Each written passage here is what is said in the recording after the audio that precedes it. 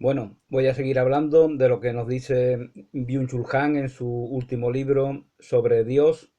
Pensar con Simone Weil había comentado que en este mundo no hay fines, todas las cosas que a veces tomamos por fines son medios. La belleza espiritualiza esos medios. Entonces el cuerpo puede convertirse en ese templo sagrado que alberga el alma. La materia posee belleza porque obedece. Para Simone Weil, obedecer es reconocerse en la armonía. Eh, no tiene que ver con sumisión, con sometimiento, no tiene que ver con nada de eso. Tiene que ver, por ejemplo, nuestros pulmones obedecen a nuestra necesidad, a la necesidad de respirar, y eso por lo tanto no es un bien para ellos y un bien para nosotros, evidentemente. Pues en ese sentido, nosotros estamos, al estar, cuando estamos regidos por un patrón de separación, no comprendemos esa armonía, no comprendemos que verdaderamente esta obediencia, o al menos así lo llama Simone Weil, es un beneficio para nosotros. La materia posee belleza porque obedece. Recordemos la idea de materia en pensadoras como María Zambrano, que la relacionan con la maternidad. La materia es el valor más próximo a los aspectos femeninos de la condición humana. El genio de la atención necesita silencio. Nietzsche podría haber dicho que el ruido ha matado a Dios. El ruido ha matado a Dios. Nosotros lo hemos matado. Así decía Nietzsche. No dice que Dios ha muerto porque ya ninguna idea de Dios pudiera tener un ascendente benéfico para nosotros, sino que dice que nosotros lo hemos matado. Y según Byung-Chul Han, podía haber dicho que el ruido, ese ruido yermo, que no produce nada valioso, que no permite que se dé la realización íntegra de cada individuo,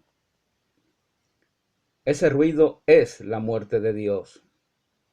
Por eso, como bien decía Albert Camus, eh, comentando esta idea de Nietzsche, de la muerte de Dios, en Nietzsche, según Albert Camus, el filósofo francés, eh, lo que hace no es un ateísmo ejemplar, porque espera el resurgimiento de una idea más valiosa, más poderosa de Dios. Verdaderamente eso es el superhombre. Así lo entendía Camus. Sobre el silencio, solo el silencio acerca el espíritu a la creación. La pérdida del silencio provoca una crisis del pensamiento y de la poesía. No solo una crisis de la religión, no solamente se da la crisis de la religión, sino que también del pensamiento y de la poesía. Lo que permanece lo fundan los poetas, ya nos decía Byung-Chul Han, esta es la frase famosa de Hölderlin, y ya nos decía Byung-Chul Han que,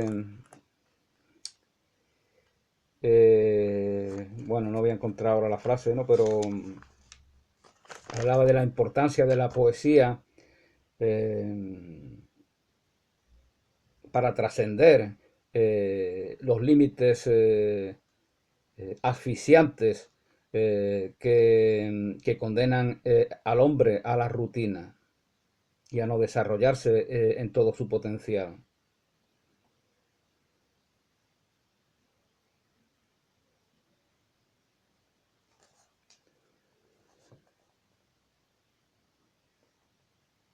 La justicia, la justicia tiene lugar fuera de la economía del poder.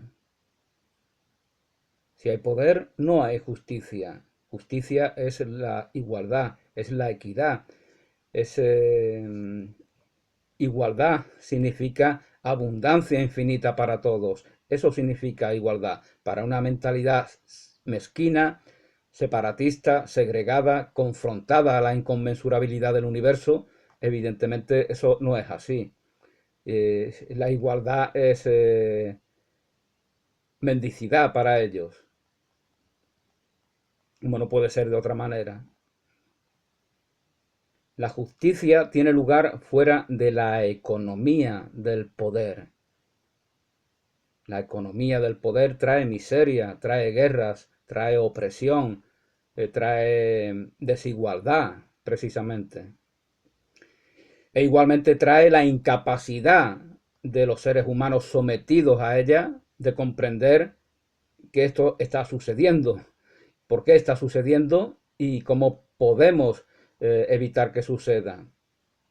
Porque ya quedan el conjunto de las personas sometidos a la imaginación evasiva, utilizando imaginación en el sentido de Simone Weil, no en el sentido de elemento creativo, ya queda sometida a esa necesidad de explotar la imaginación para evadirse de la realidad, no para comprenderla.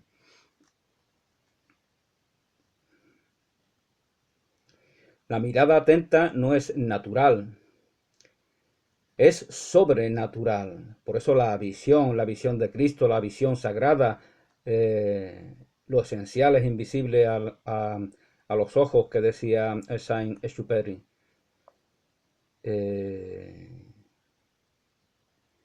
Esa auténtica mirada que no es la mirada del cazador, como nos comentaba Simone Weil, que roba imágenes, que devora lo que le rodea, que cosifica a sus propios semejantes. No es esa mirada, es una mirada oferente, es una mirada que expande el reino de Dios.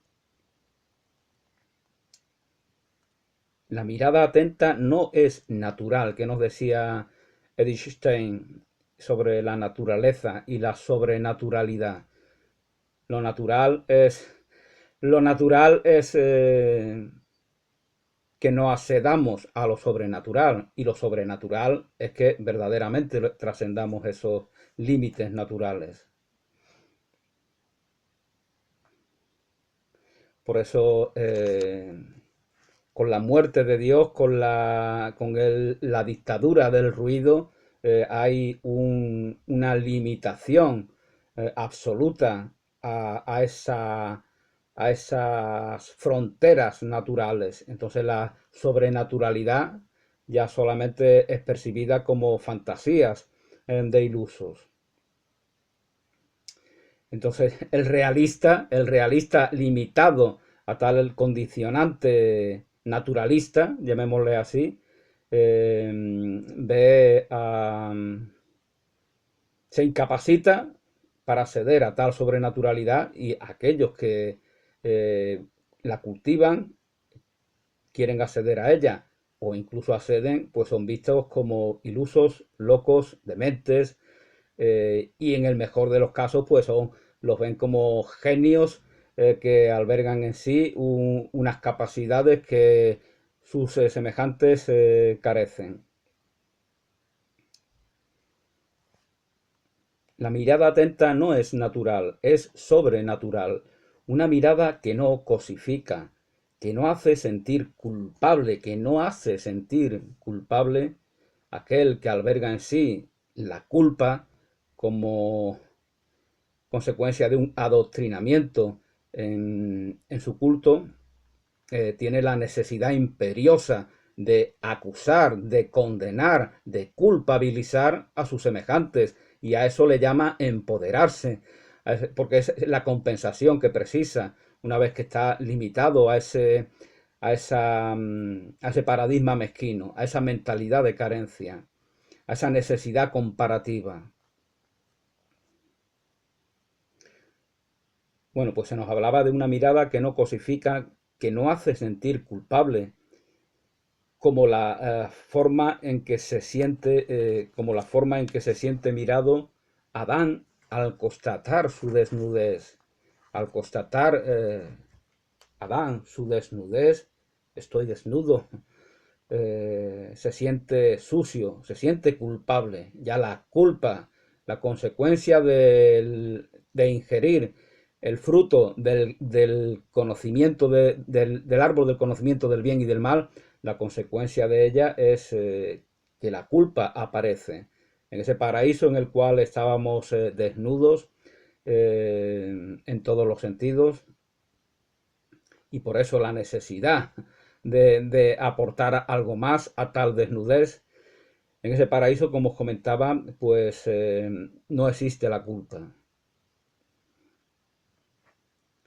Y Adán, al constatar su desnudez, constata de que la culpa ya está ahí y va a estar siempre, siempre que no trascendamos esos límites naturales a los cuales me he estado refiriendo a lo largo del vídeo. Toda capacidad creadora del ser humano, dice Byung-Chul Han, tiene su origen en la atención profunda, en esa mirada profunda, en esa visión oferente, transparente, auténtica, que no tiene ningún añadido espurio. Ahí está la semilla de la creación. Entonces nos volvemos imitadores del mismo creador, del más grande de los poetas, ¿no? Como decía, bueno, este, este escritor alemán que no recuerdo ahora el nombre. Eh,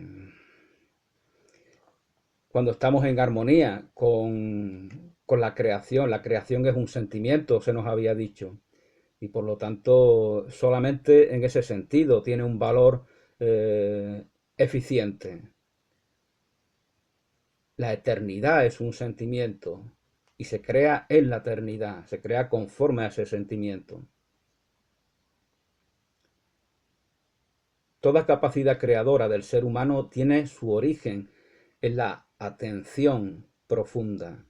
La atención es la palanca que eleva al alma a una esfera superior del ser.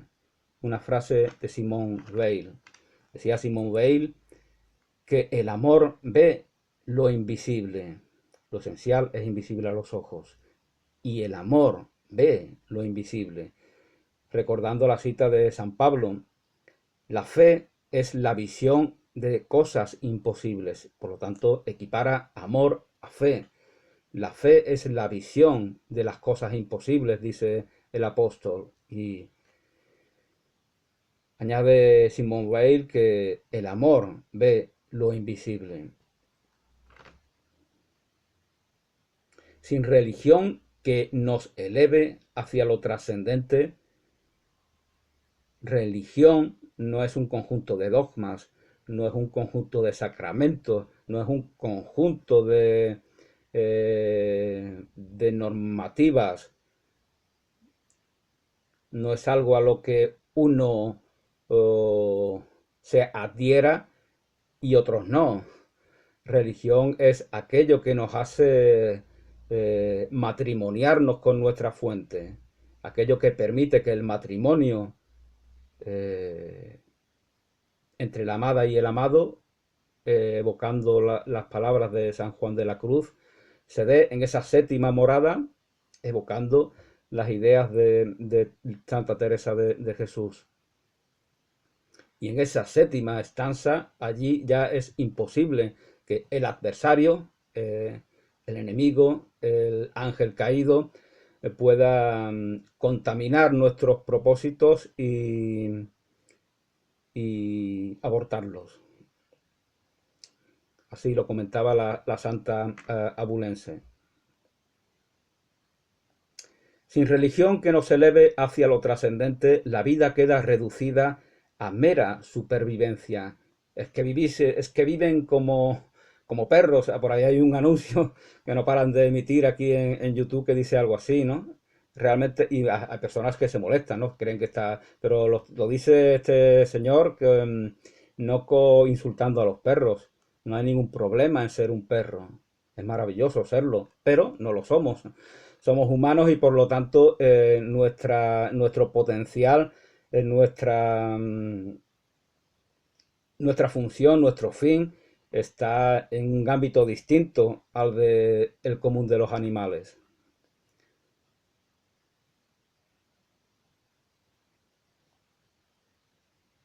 A veces pues viven como perros porque la vida se busca simplificarla. ¿Por qué? Porque se tiene miedo a sufrir. ¿Por qué se tiene miedo a sufrir? Porque el sufrimiento, el dolor, la tristeza, hacernos conscientes de los males del mundo, sentir en nuestro corazón el sufrimiento de la tierra, de nuestros semejantes, eso ineludiblemente, si es un sentimiento puro y profundo, nos hace cambiar, nos hace transformarnos y por lo tanto ya no podemos seguir viviendo atados a rutinas evasivas, ya no podemos limitarnos a buscar placeres, ya no podemos sentarnos porque ya hay algo que en nosotros que nos está incitando a trascender eh,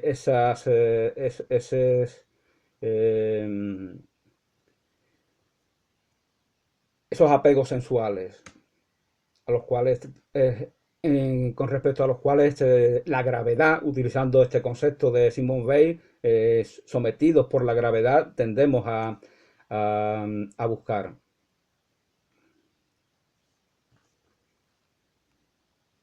Bueno, pues nos decía Byung-Chul Han que sin religión, comentando a Simone Weil, sin religión que nos eleve hacia lo trascendente, la vida queda reducida a mera supervivencia. Una vida sin misterio, una vida sin magia, una vida sin belleza, sin esa belleza que permite que se santifique el cuerpo y que pueda albergar como un templo sagrado la belleza de la criatura forjada por Dios. Una vida sin misterio, una vida sin magia, una vida sin belleza. Eso es la vida sin religión. Sócrates tiene palabras de alabanza para el maestro de Platón, Sócrates como maestro de la atención. Y nos remite al banquete, a esa obra de Platón en la cual pues se reúnen filósofos y pensadores importantes en un banquete y en la plática de Sócrates pues se nos da esa importancia, se nos habla de esa importancia de la atención.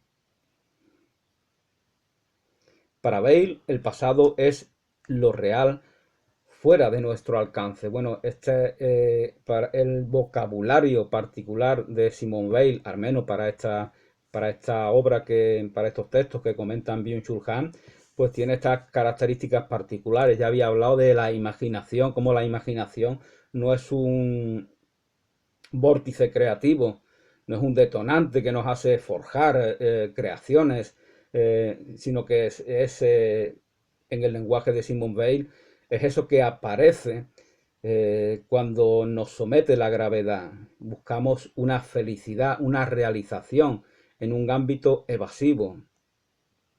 Y lo hacemos usando la imaginación. Nos imaginamos cosas, nos imaginamos que quieren hacernos daño, que nos quieren robar, que tenemos que combatir por bienes percibidos como escasos. Ese es el uso de la imaginación al cual se está refiriendo la filósofa francesa. Y el pasado también es distinto. Normalmente muchos pensadores, filósofos, maestros, gurúes, suelen referirse al pasado como un mal que hay que trascender, que hay que eliminar. Pero Simone Weil nos dice lo contrario. A veces cuando decimos lo contrario, como hacía Oscar Wilde. Oscar Wilde justamente creo que es en su libro de Profundis, sobre el cual por cierto hice algún vídeo, donde decía eso de que el pasado es lo único que podemos cambiar. Normalmente son estas afirmaciones ingeniosas del autor irlandés, cuando se dice lo contrario a lo que todos dicen. Normalmente decimos que el pasado no podemos cambiarlo. Pues Oscar Wilde decía, eso es lo único que puedes cambiar. ¿Por qué? Porque el pasado, ¿qué es el pasado? El pasado es cómo interpretamos el pasado, cómo sentimos el pasado, cómo lo reconocemos, qué presencia aquí, ahora, presencia de presente, aquí ahora tiene tal pasado. El pasado, decía Roger Garaudí, para la tradición musulmana, el pasado es aquello que está debajo de nosotros sosteniéndonos. Y estar abajo es estar arriba, porque es lo que nos da trascendencia, porque es lo que nos da identidad. Esto va en relación con lo que decía Isaac Newton, ¿no? He caminado sobre hombros de gigantes, por eso he llegado tan alto. Entonces, los que están abajo no son menos que nosotros, sino que son nuestros grandes maestros. Y el pasado es un gran maestro cuando ejerce el rol productivo, creativo al cual se está refiriendo Simone Weil, porque sobre el pasado no podemos aplicar tal imaginación. Por eso, ella le da la vuelta. Sobre el pasado no podemos aplicar tal imaginación, con lo cual solo nos queda aceptarlo. ¿Y cuál es la mejor forma de aceptarlo? Pues aquella en la cual se nos da el mejor beneficio, el mayor beneficio para uno y para todos. Para Weil, el pasado es lo real fuera de nuestro alcance.